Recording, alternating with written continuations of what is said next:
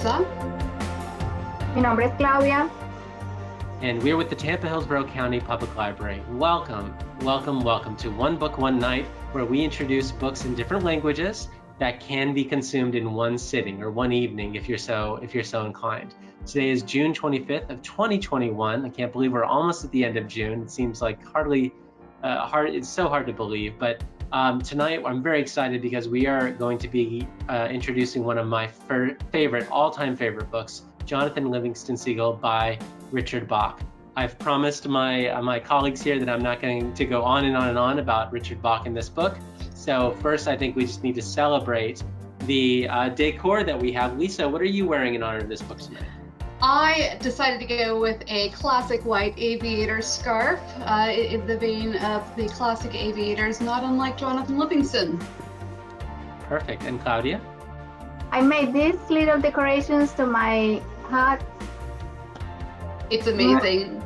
Showing two regular seagulls and the main character. Well, these ladies put me to shame, but I will go ahead and show you the tie clip that I will be donning tonight is a seagull. So I'm gonna fasten this to my tie so that it doesn't go flying away in the wind, and that'll be my little homage to Jonathan and his gift of flight. So before we kind of get started with some of the reading, we have a couple of things we want to introduce to you guys. And the first is our book shout out. So Claudia and I are going to turn off our cameras, and Lisa, take it away. So the book that we're going to shout out tonight is, if you're into the Jonathan Livingston Seagull story and you want something that's in that same kind of a vein, we're shouting out The Alchemist tonight by Paulo Coelho. This one's another instant new classic, I think, that kind of treads that same vein of the magical, mystical, life lesson kind of a story. It's a beautiful story featuring an Anatolian shepherd. There's a gypsy in it, and it goes on this amazing journey of these life lessons that I think that you would love, especially if you love Jonathan Livingston Seagull. So that is our tip. Check it out at the library, hcplc.org/books. or ebooks. We have both versions, and we also have the audiobook. So if you'd rather listen to it, that is definitely available. And it's also going to be a reasonably short one as well. Definitely one that can be done in one sitting. All right, great. Thank you so much, Lisa. And I'm going to go ahead and, I was going to say, I'm going to go ahead and cut off my camera and let us jump right into the polls. Sounds terrific. Thank you.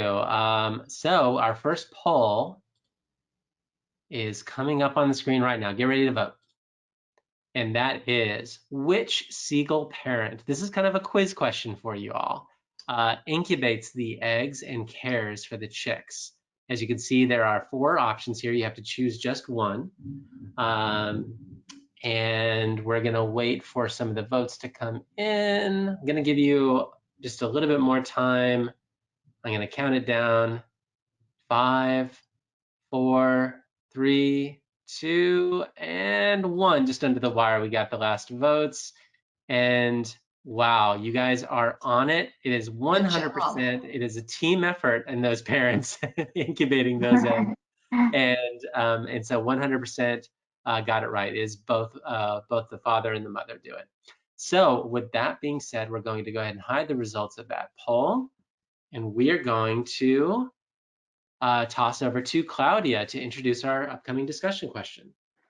Okay, as we read, we would love to know your answer to the following questions that you can find in the control panel.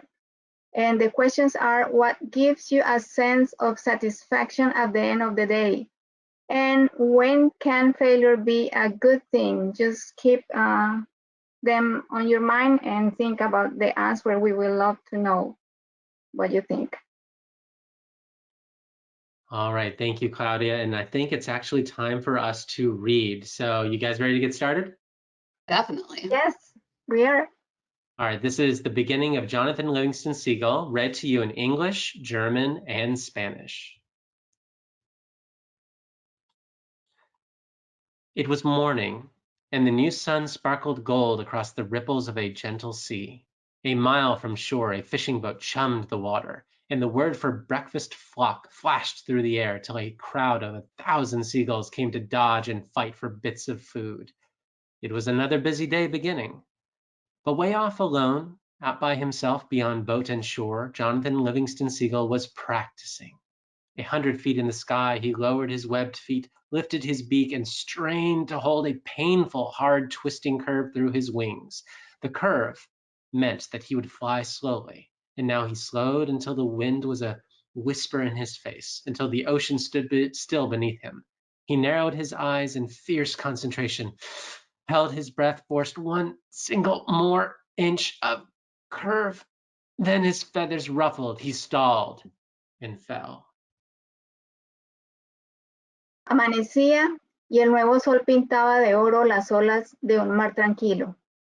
Una barca de pesca chapoteaba a 1 kilómetro de la costa cuando, de pronto, rasgó el aire la voz de la comida llamando a la bandada y una multitud de gaviotas se aglomeró para regatear y luchar por cada pizca de comida. Comenzaba otro día de ajetreo. Pero alejado y solitario, más allá de barcas y playas, estaba practicando Juan Salvador Gaviota. A 30 metros de altura, bajo sus patas palmeadas, alzó el pico y se esforzó por mantener en sus alas esa dolorosa y difícil torsión requerida para lograr un vuelo pausado. Aminoró la velocidad hasta que el viento no fue más que un susurro en su cara, hasta que el océano pareció detenerse allá abajo. Entornó los ojos muy concentrados, contuvo el aliento, forzó aquella torsión un solo centímetro más, sus plumas se encresparon, perdió sustentación y cayó. Es war Morgen und die neue Sonne flimmerte golden über dem Wellenkreise der stillen See. Von einem Fischerboot 1 Meile vor der Küste wurden die Netze ausgeworfen. Blitzschnell verbreitete sich die Nachricht in der Luft und lockte einen Schwarm Seemöwen an. Tausende flitzten hin und her, balgten sich kreischend um ein paar Brocken. Ein neuer Tag voller Geschäftigkeit hatte begonnen. Nur ganz draußen, weit, weit von Botenküste entfernt, zog die Möwe Jonathan ganz allein ihre Kreise. In 30 Meter Höhe senkte sie die Läufe, hob den Schnabel und versuchte schwebend eine ganz enge Kurve zu beschreiben. Die Wendung verringerte die Fluggeschwindigkeit. Jonathan hielt so lange durch, bis das Sausen der Zugluft um seinen Kopf nur noch ein leises Flüstern war und der Ozean unter ihm still zu stehen schien. In äußerster Konzentration machte er die Augen schmal, hielt den Atem an. Er zwang noch ein einziges, kleines Stück. Dann sträubte sich das Gefieder, er sackte durch und kippte ab.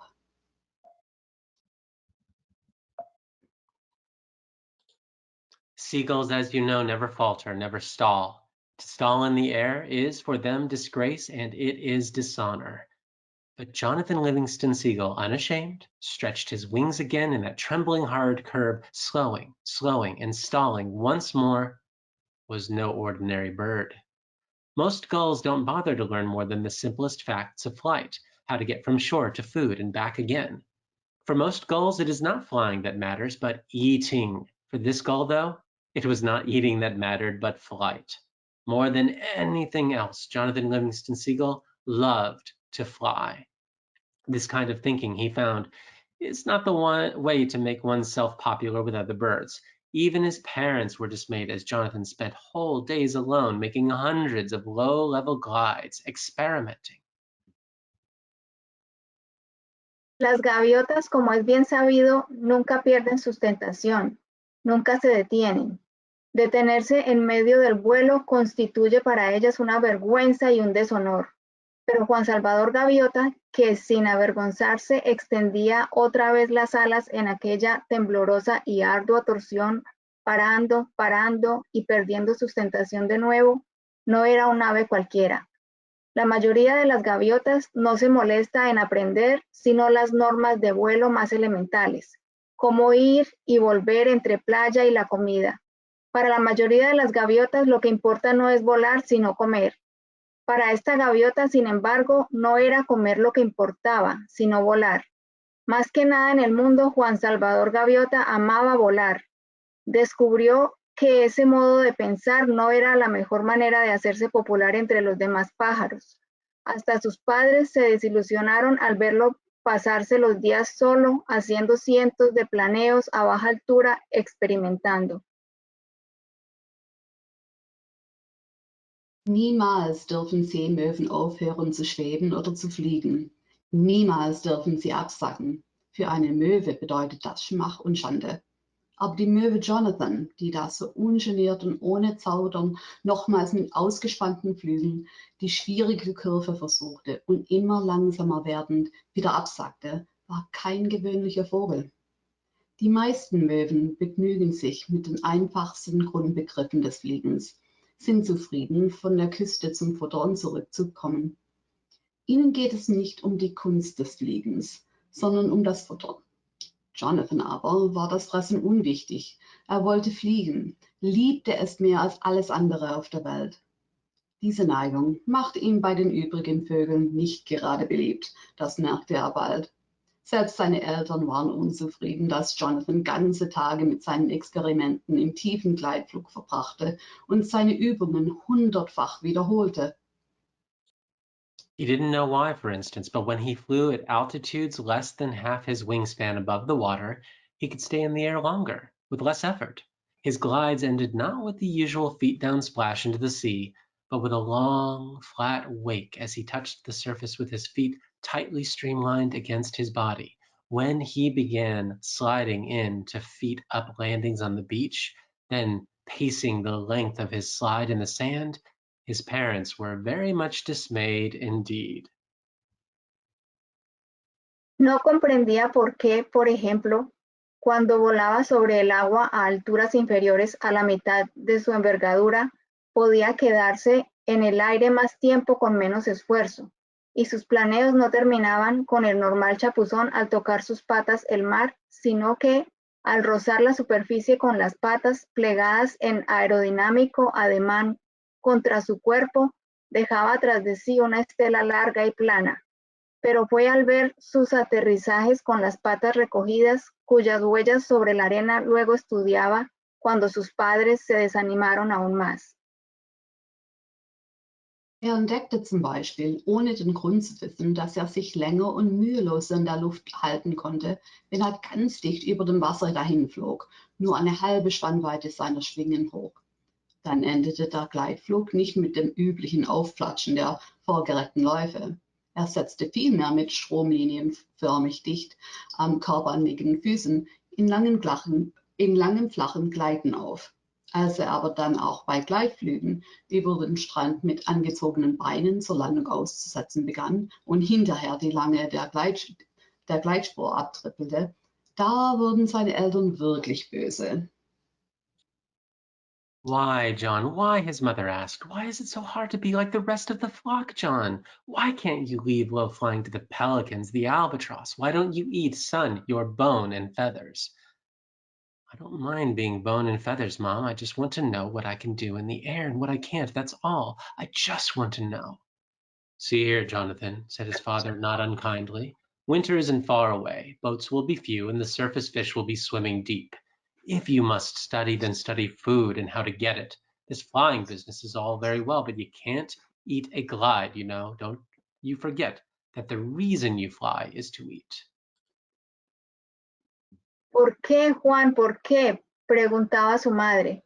¿Por qué te resulta tan difícil ser como el resto de la bandada? ¿Por qué no dejas los vuelos rasantes para los pelícanos y los albatros? ¿Por qué no comes, hijo? No eres más que plumas y huesos. No me importa ser solo plumas y huesos, mamá. Solo pretendo saber qué puedo hacer en el aire y qué no. Eso es todo lo que quiero saber. Mira, Juan, dijo su padre con ternura, el invierno está cerca. Habrá pocas barcas y los peces dejarán de salir a la superficie para irse a las profundidades. Si quieres estudiar, estudia acerca de la comida y cómo seguirla. Esto de volar es muy bonito, pero no puedes comerte un planeo, ¿sabes? No olvides que el motivo para volar es la comida. Wozu das, John? Warum in aller Welt? Fragte seine Mutter. Ist es denn wirklich so schwer, wie alle anderen zu sein? Warum überlässt du den Tiefflug nicht den Pelikanen oder den Albatros? Warum frischst du nicht wie die anderen? Du bist ja nur noch Federn und Knochen. Du siehst, wie siehst du bloß aus? Das ist mir ganz einerlei, Mama. Ich muss herausfinden, was ich in der Luft kann und was nicht. Das ist alles. Ich muss es einfach wissen. Sieh einmal, Jonathan, sagte sein Vater nicht unfreundlich. Bald kommt der Winter. Da gibt es nicht viele Boote und die Fische schwimmen nicht mehr dicht unter der Oberfläche, sondern in der Tiefe. Wenn du unbedingt etwas lernen willst, dann lerne, wie man sich sein Futter beschafft. Fliegerei gut und schön, aber von einem Gleitflug kann man nichts abweisen. Verstehst du? Zweck des Fliegens ist, dass man etwas zu essen hat. Vergiss das nicht. All right, it is time for another poll. So we hope you all are ready to vote because we have another question for you. Let's pull this up now. And here it is. Jonathan faces judgment from his family. How important do you think that this personal difficulty could be to his journey? Is this judgment necessary? Maybe he might not be as strong without the challenges he faces and the adversity. Or is it unnecessary? Because sometimes when you're supported, and maybe with their support, he would have transcended nonetheless, or maybe would transcended further, or is that undecided? And feel free to answer however you feel, maybe closely, most closely to. And we have most of our votes in now. I'm going to give you a few more seconds. 5, 4, 3, 2, and 1. Let's see what you responded. And of course, there's not really a right answer here. It's kind of, what do you think? And it's great to see this, or that maybe the adversity is not so necessary. And that's very interesting to see those responses. And of course, the undecided is also part of this, because sometimes you really just don't know what life would turn out if things were different. But that's some very interesting responses there. All right, so let me go back here, and we are going to hear, I think, from Claudia. Yes. Remember, you can find excellent documentary on Hoopla. I am a big fan of them, especially because they are free when you use your library card. We may not have seagull related, but here is just a sample of PBS nature series that are crazier and wilder than any fiction story could ever hope to be. You just need to go to hcplc.org /books/movies and music, and you will find amazing stories there. Okay, thank you, Claudia. We're going to do a little bit more reading now, and then we're going to do our discussion and a few more features for our program tonight. Jonathan nodded obediently. For the next few days, he tried to behave like the other gulls. He really tried, screeching and fighting with the flock around the piers and fishing boats, diving on scraps of fish and bread. But he couldn't make it work. It's also pointless, he thought, deliberately dropping a hard-won anchovy to a hungry old gull chasing him. I could be spending all this time learning to fly. There's so much to learn. It wasn't long before Jonathan Gull was off by himself again, far out at sea, hungry, happy, learning. The subject was speed, and in a week's practice, he learned more about speed than the fastest gull alive. Juan asintió obedientemente. Durante los días sucesivos intentó comportarse como las demás gaviotas. Lo intentó de verdad, trinando y volando con la bandada cerca del muelle y las barcas de pesca, lanzándose sobre un pedazo de pan o algún pez, pero no le dio resultado. Es todo tan inútil, pensó, y deliberadamente dejó caer una anchoa duramente disputada a una vieja y hambrienta gaviota que lo perseguía. Podía estar empleando todo este tiempo en aprender a volar. Había tanto que aprender. No pasó mucho tiempo sin que Juan Gaviota saliera solo de nuevo hacia alta mar, hambriento, feliz, aprendiendo. El tema fue la velocidad y en una semana de prácticas había aprendido más acerca de la velocidad que la más rápida de las gaviotas. Jonathan nickte gehorsam. Einige Tage lang versuchte er genauso wie die übrigen Möwe zu sein. Er gab sich wirklich alle Mühe. Er flatterte und kreischte mit den Schwarm um die Anlegestelle und Fischerboote und schnappte im Sturzflug nach Fischabfällen und Brotkrümmen. Aber er war nicht wirklich glücklich dabei. Es ist so sinnlos, dachte er und ließ absichtlich eine mit Mühe ergatterte Sardine fallen, die ihm eine alte, hungrige Möwe abjagen wollte. Schade um die Zeit. Wie viel konnte ich da richtig fliegen üben? Ich muss noch so viel lernen. Und so dauerte es nicht lange und die Möwe entwischte wieder, wagte sich weit auf die offene See hinaus und machte hungrig, aber glücklich neue Flugversuche. Jetzt ging es Jonathan um die Geschwindigkeit. Nachdem er eine Woche geübt hat, wusste er darüber mehr als jede andere Möwe. From 1,000 feet, flapping his wings as hard as he could, he pushed over into a blazing steep dive toward the waves and learned why seagulls don't make blazing steep power dives. In just 6 seconds, he was moving 70 miles per hour, the speed at which one's wing goes unstable at the upstroke. A una altura de 300 metros, aleteando con todas sus fuerzas, se metió en un abrupto y flameante picado hacia las olas y aprendió por qué las gaviotas no hacen abruptos y flameantes picados. En solo 6 segundos voló a 100 kilómetros por hora, velocidad a la que el ala levantada empieza a ceder. Aus 300 Metern Höhe stürzte er sich nach kräftigen Flügelschlägen, tonkühn in die Tiefe, den Wellen entgegen und lernte durch Erfahrung, warum keine Möwe mit voller Wucht solche Sturzflüge versucht. Schon nach 6 Sekunden schoss er mit einer Geschwindigkeit von mehr als 100 Stundenkilometer abwärts. Und bei diesem Tempo können die Schwingen dem Luftdruck nicht standhalten. Time after time it happened. Careful as he was, working at the very peak of his ability, he lost control at high speed. Climb to 1,000 feet, full power straight ahead first, then push over, flapping to a vertical dive. Then every time his left wing stalled on an upstroke, he'd roll violently left, stall his right wing, recovering, and flick like fire into a wild, tumbling spin to the right. He couldn't be careful enough on that upstroke. 10 times he tried, and all 10 times as he passed through 70 miles per hour, he burst into a churning mass of feathers, out of control, crashing down into the water. The key, he thought at last, dripping wet, must be to hold the wings still at high speeds, to flap up to 50 and then hold the wings still. Una vez tras otra le sucedió lo mismo. A pesar de todo su cuidado, trabajando al máximo de su habilidad a altas velocidades, perdía el control.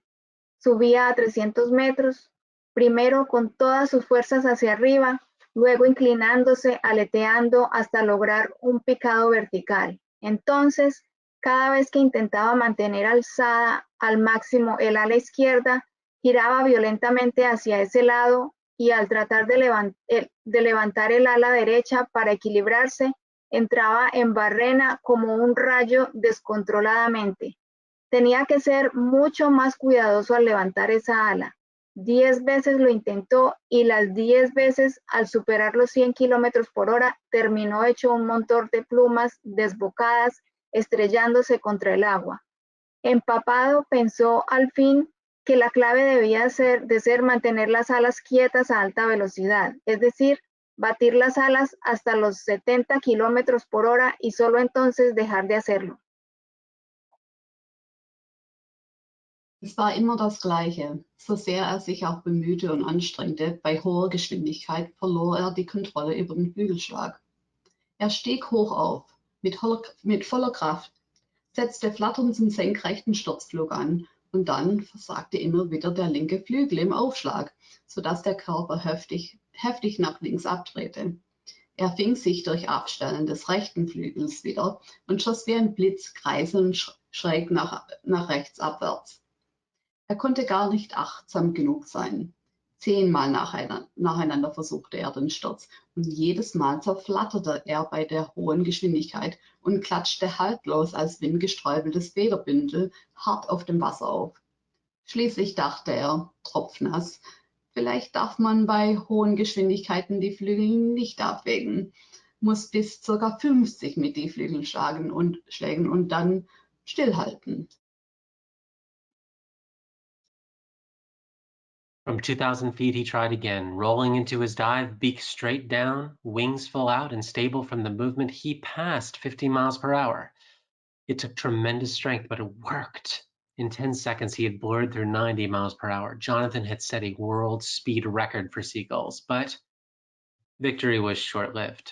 The instant he began his pull out, the instant he changed the angle of his wings, he snapped into that same terrible, uncontrolled disaster, and at 90 miles per hour, it hit him like dynamite. Jonathan Seagull exploded in midair and smashed down into a brick-hard sea.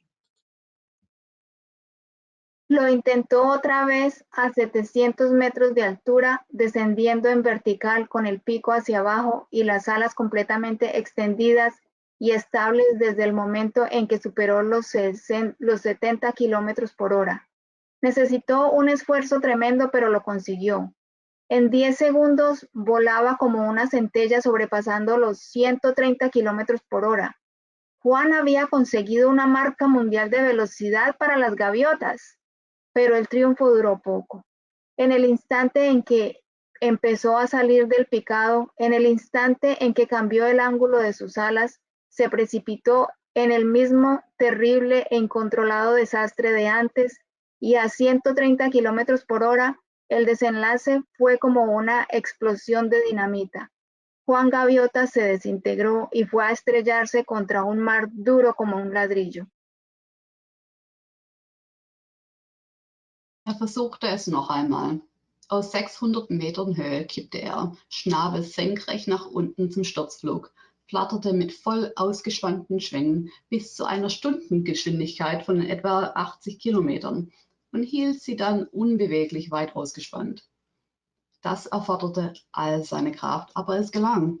Innerhalb von 10 Sekunden hatte er das schwindelerregende Tempo von 150 Stundenkilometer erreicht und überschritten. Jonathan hatte einen Weltrekord in Geschwindigkeit unter Seemöwen aufgestellt. Doch der Sieg war trügerisch. Kaum änderte er zum Aufsetzen aus dem senkrechten Sturzflug den Winkel der Flügelstellung, so verlor er die Kontrolle. Der Luftdruck traf ihn dann wie eine Sprengladung. Er schien mitten in der Luft zu explodieren. Dann prallte er auf die See auf, die hart war wie Beton. All right, I think this might be our last poll, unless we have a little extra time at the end here. And let me go ahead and pull it up here. So get ready to vote. And this is something we really want to hear from all of you. As you can see, Jonathan is faced with a lot of limitations. So what do you do when you're faced with limitations?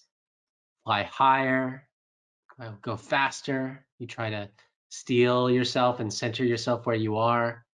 Do you try to transcend in some way, or is there something else? In which case, if there is something else, go ahead and put that in the question section and share with us what it is. We'd love to hear what responses those might be, and if we see anything there, we'll be sure to share it with everybody as we go through the program.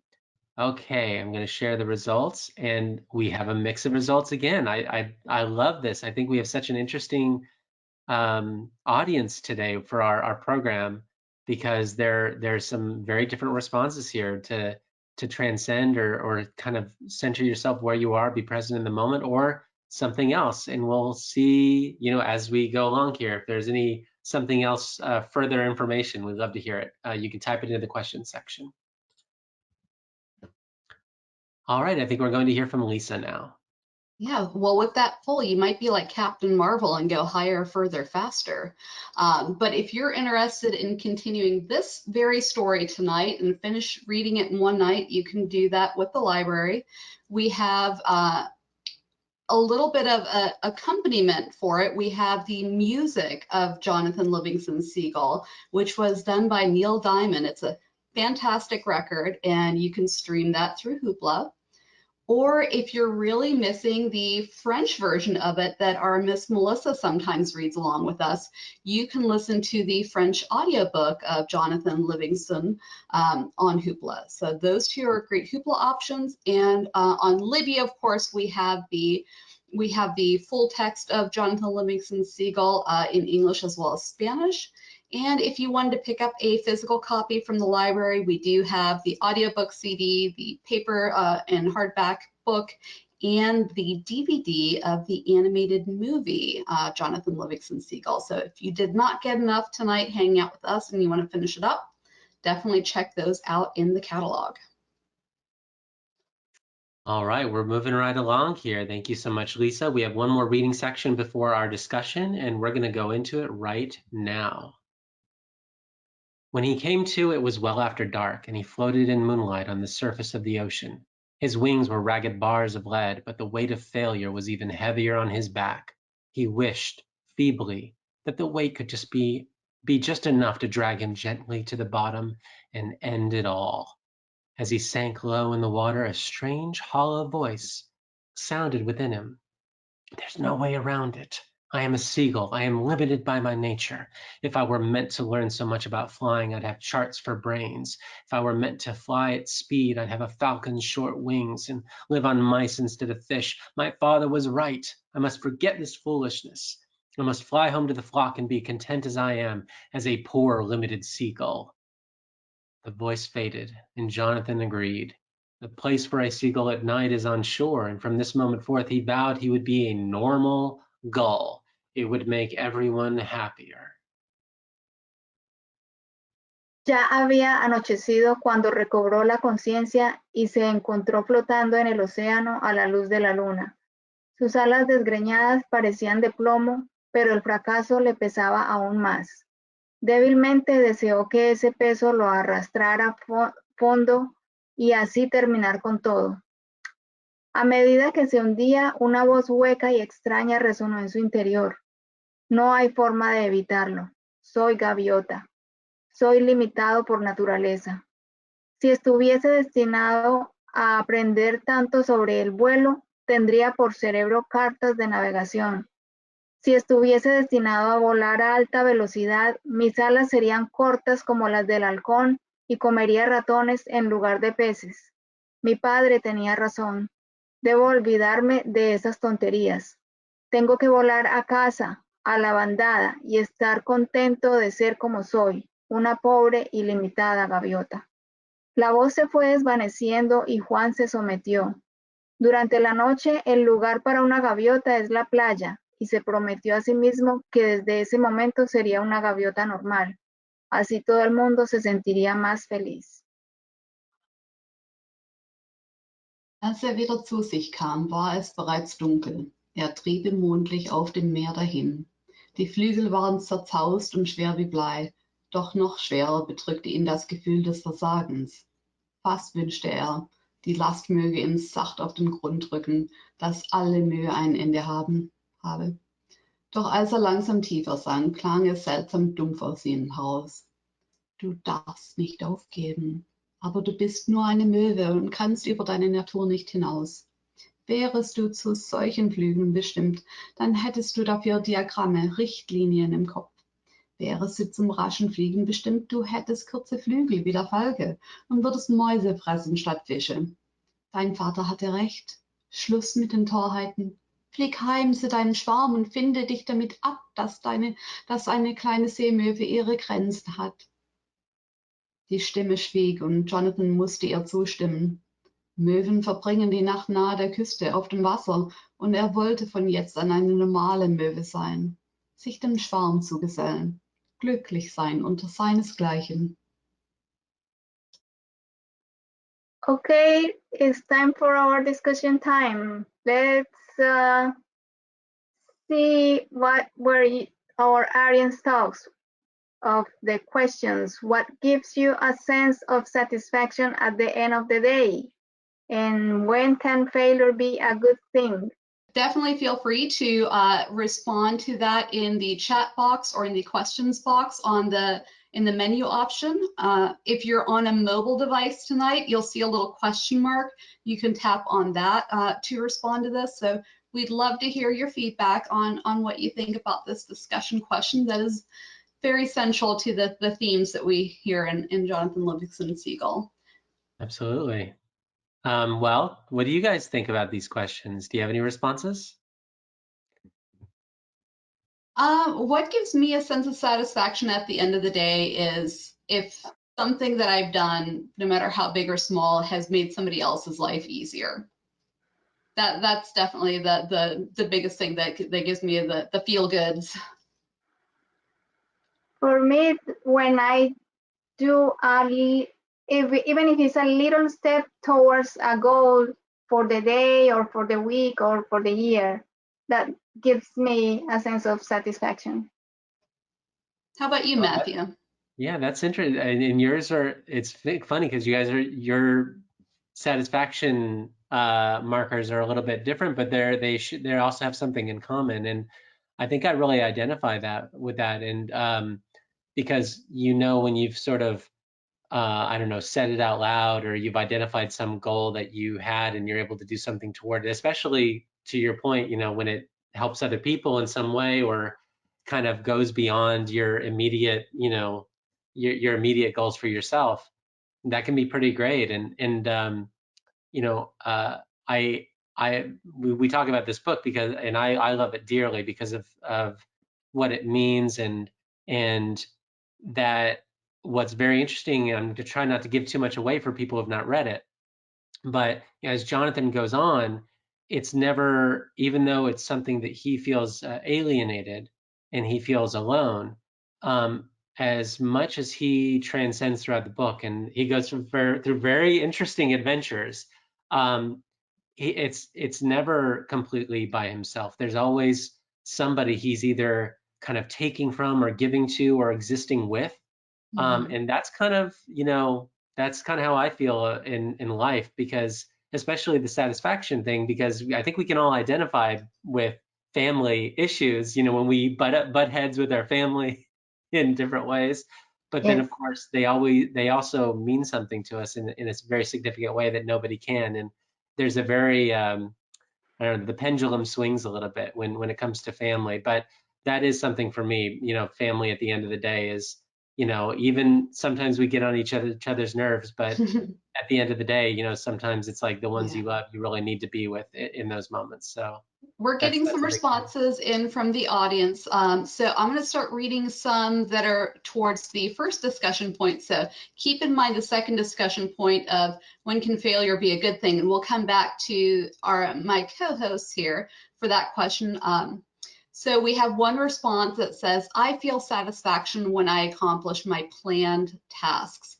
And boy, can we relate to that. When we can check that off of our to-do list, that is definitely a good feeling. Let's see, we've got another one here that says, even though it's a cliche, every day is a new day, a clean slate, so you can have a new day to try things over and over again. The quote, the sun will rise and we will try again.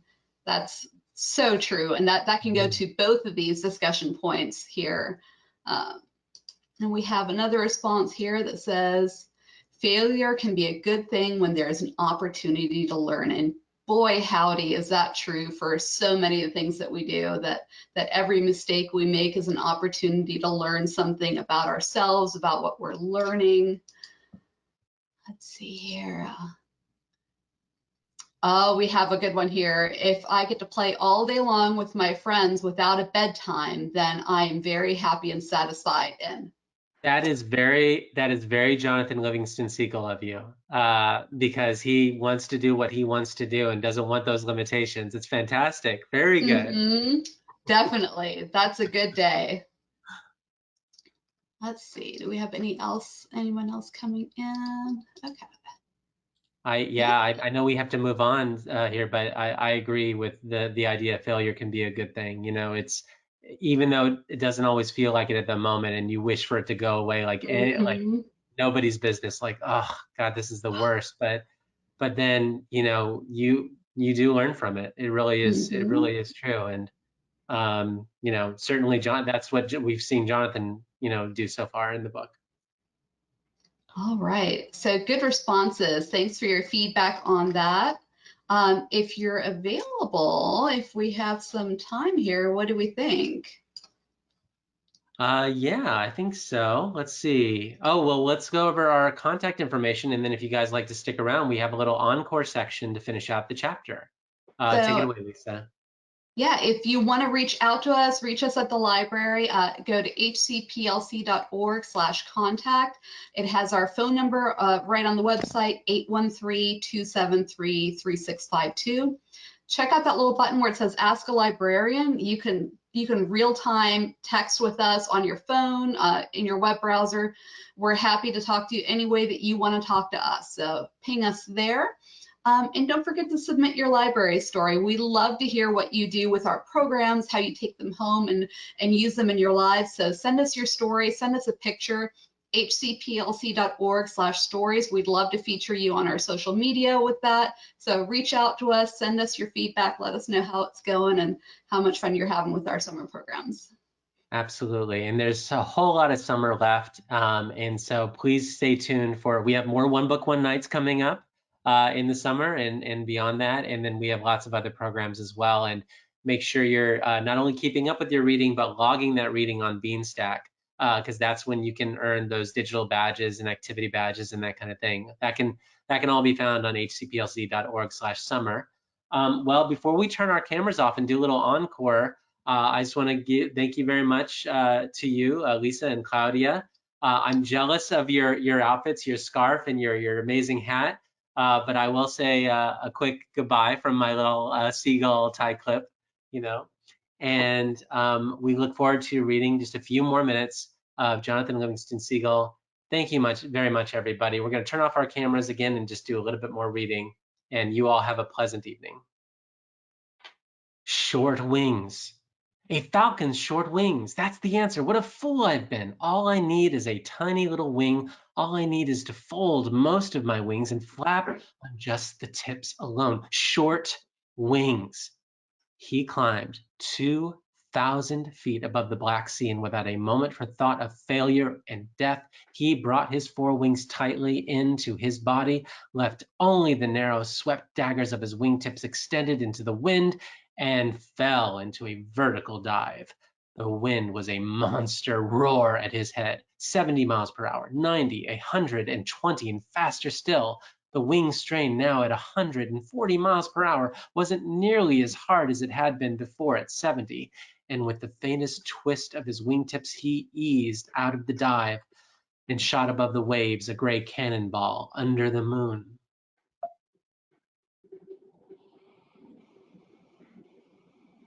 Tendrías las alas cortas del halcón. Allí en la noche, a 30 metros de altura, Juan Salvador Gaviota parpadeó. Sus dolores y sus resoluciones se esfumaron. Alas cortas, las alas cortas del halcón. Esta es la solución. ¡Qué tonto he sido!, se dijo. No necesito más que un ala muy pequeñita. No necesito más que doblar la parte mayor de mis alas y volar solo con los extremos. Alas cortas. Subió a 700 metros sobre el negro mar y sin pensar ni por un instante en el fracaso o en la muerte, pegó fuertemente la parte superior de las alas a su cuerpo, dejando que los afilados extremos asomasen como dagas al viento y cayó en picado vertical. El viento azotó su cabeza con un bramido monstruoso. 100 kilómetros por hora, 130, 180 y aún más rápido. La tensión de las alas a 200 kilómetros por hora no era ahora tan grande como antes a 100, y con un mínimo movimiento de los extremos aflojó gradualmente el picado y salió disparado sobre las olas como una bala gris de cañón bajo la luna. Kurze Flügel. Die kurzen Flügel des Falken. Das war die Lösung. Was für ein Narr war ich doch. Ich brauche nur winzige kleine Flügel. Ich brauche meine Flügel nur einzuziehen, nur mit den Flügelspitzen zu fliegen. Kurze Flügel. Er schwang sich 600 Meter über die schwarze See empor und ohne auch nur eine Sekunde an Misserfolg und Tod zu denken, faltete er die Flügel an den Rumpf, dass nur die wie schmale Sicheln gebogene Spitzen dem Wind ausgesetzt waren. Dann ließ er sich senkrecht fallen. Tosend brauste die Luft um seinen Kopf. 100 Kilometer Stundengeschwindigkeit, 150, 190 und noch mehr. Der Anprall des Flugwindes auf die Flügel war nur nicht annähernd so stark wie vorher. Jetzt konnte er sich mit einer ganz leisen Wendung der Flügelspitzen abfangen, aus der senkrechten in die waagerechte übergehen und wie eine grau-weiße Kugel über dem Mond, über die Wasserfläche hinschließen.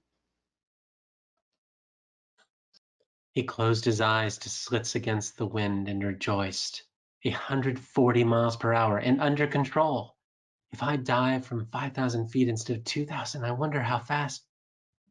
His vows of a moment before were forgotten, swept away in that great swift wind, yet he felt guiltless, breaking the promises he had made himself. Such promises are only for the gulls that accept the ordinary.